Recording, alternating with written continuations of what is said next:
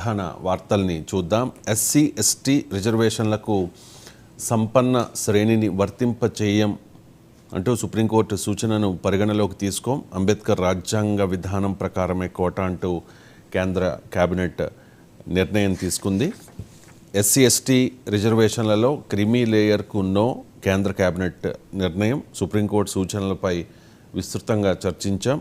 అంబేద్కర్ రాజ్యాంగంలో creamy layer నిబంధన లేదు, ఎస్సీ ఎస్టీ రిజర్వేషన్లన్నీ రాజ్యాంగ ప్రకారమే ఉంటాయి అంటూ కేంద్రం స్పష్టం చేసింది. ఇచ్చిన మాట నిలబెట్టుకున్న వ్యక్తి మోదీ అంటూ మందకృష్ణ మాదిగ ఎంఆర్పీఎస్ వ్యవస్థాపకుడు ప్రశంసించారు. ప్రధాని మోదీతో అలాగే హోంమంత్రి అమిత్ షాతో మందకృష్ణ మాదిగ భేటీ అయ్యారు. సిసోడియాకు ఎట్టకేలకు బెయిల్ లభించింది. 17 నెలల తర్వాత ఢిల్లీ మాజీ డిప్యూటీ సీఎంకు ఊరట. విచారణ లేకుండా ఎంతకాలం జైల్లో ఉంచుతారు, ఆయన ప్రాథమిక హక్కులకు భంగం కలిగించడమే బెయిల్ నిబంధన, జైలు మినహాయింపు అంటూ సుప్రీంకోర్టు వ్యాఖ్యానించింది. ఢిల్లీ మద్యం కేసు విచారణలో తీవ్ర జాప్యమే బెయిల్ ఇవ్వడానికి కారణమన్న ధర్మాసనం. త్వరలోనే కేజ్రీవాల్ అండ్ కవితకు కూడా బెయిల్ వచ్చే అవకాశాలు కనిపిస్తూ ఉన్నాయి. బెయిల్ వచ్చిన తర్వాత సిసోడియా డైరెక్ట్గా ఢిల్లీ ముఖ్యమంత్రి అరవింద్ కేజ్రీవాల్ ఇంటికి వెళ్ళారు. కేజ్రీవాల్ తల్లికి పాదాభివందనం చేశారు. అండ్ బీపీ పెరగడంతో కవిత మాత్రలు వేసుకుంటూ ఉన్నారు. కవిత 11 కిలోల బరువు తగ్గింది. త్వరలోనే కవితకు కూడా బెయిల్ వస్తుంది అంటూ కేటీఆర్ వ్యాఖ్యానించారు.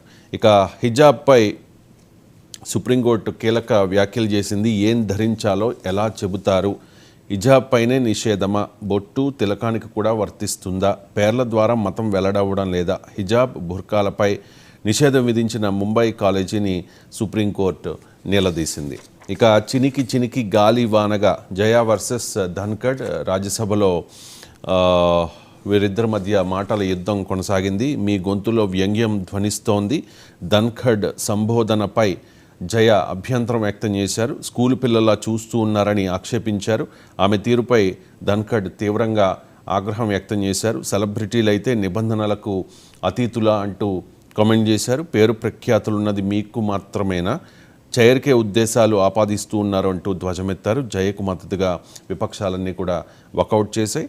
ధన్ఖడ్పై అభిశంసన తీర్మానాన్ని కూడా ప్రవేశపెట్టాయి. ఇక బంగ్లా అస్థిరపడితే భారత్కు ముప్పు అంటూ ఉన్నారు తాత్కాలిక ప్రధాని యూనస్. ఈశాన్య భారతం అలాగే బెంగాల్పై తీవ్ర ప్రభావం ఉంటుంది. మా శత్రువుకు ఆశ్రయం ఇస్తే భారత్తో కలిసి పని చేయలేమని చెప్పి బంగ్లాదేశ్ నేషనలిస్ట్ పార్టీ కామెంట్ చేసింది. దాడుల నేపథ్యంలో భారత్లోకి ప్రవేశించడానికి భారీ సంఖ్యలో బంగ్లాదేశీయులు ప్రయత్నం చేస్తూ ఉన్నారు.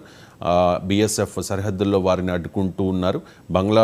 భారత్ సరిహద్దు పర్యవేక్షణకు ఒక కమిటీని ఏర్పాటు చేయబోతూ ఉన్నారు. దీనికి సంబంధించి కేంద్ర హోంమంత్రి అమిత్ షా ఒక క్లారిటీ ఇచ్చారు. హిందువులకు అండగా నిలవాలి అని చెప్పి ఆర్ఎస్ఎస్ పిలుపునిచ్చింది. మత దాడులు తగవు అంటూ ఐక్యరాజ్య సమితి కామెంట్ చేసింది. ఇక తెలంగాణ ఫ్యూచర్ స్టేట్ అంటూ ఉన్నారు ముఖ్యమంత్రి రేవంత్ రెడ్డి. రాష్ట్రానికి ట్యాగ్ లైన్ను ఖరారు చేశారు రేవంత్ రెడ్డి.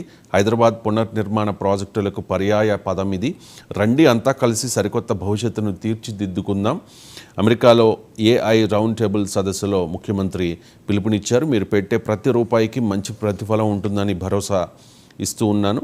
అడోబ్ సీఈఓ సంతను నారాయణతో కూడా సమావేశమయ్యారు రేవంత్ రెడ్డి. హైదరాబాద్లో అంజాన్ రీసెర్చ్ సెంటర్ 3000 మందికి కొలువులు, గ్రీన్ డేటా సెంటర్ ఏర్పాటు చేస్తామన్న RM equity partners. So BRS ఇక నెక్స్ట్ వార్త. బీఆర్ఎస్ కకృతి వల్లే సుంకిశాల ప్రమాదం జరిగింది. పునర్నిర్మాణ ఖర్చు కాంట్రాక్ట్ సంస్థే భరిస్తుంది. పూర్తి నివేదిక వచ్చాక చర్యలు తీసుకుంటామని మంత్రి ఉత్తమ్ కామెంట్ చేస్తే, సుంకిశాల ప్రమాదం రేవంత్ రెడ్డి అసమర్థత వల్లే జరిగిందంటూ కేటీఆర్ రియాక్ట్ అయ్యారు. ప్రభుత్వ తప్పు లేకపోతే వారం ఎందుకు దాచారు, బీఆర్ఎస్ ప్రభుత్వంపై నిందలు వేయడం చిల్లర వ్యవహారం, నేషనల్ డ్యామ్ సేఫ్టీ అథారిటీ ఇప్పుడు ఎందుకు రావడం లేదు, న్యాయ విచారణ జరిపించాలి అంటూ కేటీఆర్ డిమాండ్ చేస్తూ ఉన్నారు. ఇక చంద్రబాబు లోకేష్లే ముద్దాయిలు అంటూ ఉన్నారు మాజీ ముఖ్యమంత్రి వైసీపీ అధినేత జగన్మోహన్ రెడ్డి. వారి తీరు వల్లే రాష్ట్రంలో శాంతి భద్రతలు చేయి దాటిపోయే ప్రమాదం ఉంది. రాష్ట్ర స్థాయి నుంచి గ్రామ స్థాయి వరకు టీడీపీ నేతలంతా రెడ్ బుక్ అమలు చేస్తూ వైసీపీ నేతలపై దాడులకు దిగుతూ ఉన్నారు అంటూ జగన్ ఆగ్రహం వ్యక్తం చేశారు. అండ్ అధైర్యపడొద్దు, అండగా ఉంటామంటూ కూడా కేడర్కు భరోసా ఇచ్చే ప్రయత్నం చేశారు. ఇక వైఎస్ఆర్ కాంగ్రెస్ పార్టీకి మాజీ ఉప ముఖ్యమంత్రి, వైఎస్ఆర్ కాంగ్రెస్ పార్టీ సీనియర్ నేత, మాజీ మంత్రి ఆళ్ల నాని గుడ్ బై చెప్పారు. ఆయన ఏలూరు జిల్లా అధ్యక్షుడిగా ఉన్నారు. ఆ పదవికి కూడా రాజీనామా చేశారు. అసెంబ్లీ ఇన్ఛార్జిగా కూడా రాజీనామా చేశారు. ప్రత్యక్ష రాజకీయాల్లో ఉండనంటూ జగన్కు ఒక లేఖ కూడా రాశారు. అధినేతకు అత్యంత సన్నిహితుడు, పార్టీ పెట్టినప్పటి నుంచి ఆయన వెంటే ఉన్నారు ఆళ్ల నాని. ఇప్పుడు పార్టీ వేయడం సంచలనంగా మారింది. ఈ వార్తను మనం ఆంధ్రజ్యోతిలో స్పెషల్గా నీకో దండం స్వామి, జగన్ తీరుతో వైసీపీకి ముఖ్య నేతల టాటా అంటూ ఈ వార్తను ఆంధ్రజ్యోతి ప్రత్యేకంగా ప్రచురించింది. మొన్న ధర్మాన, నిన్న పెండం, నేడు ఆళ్ల.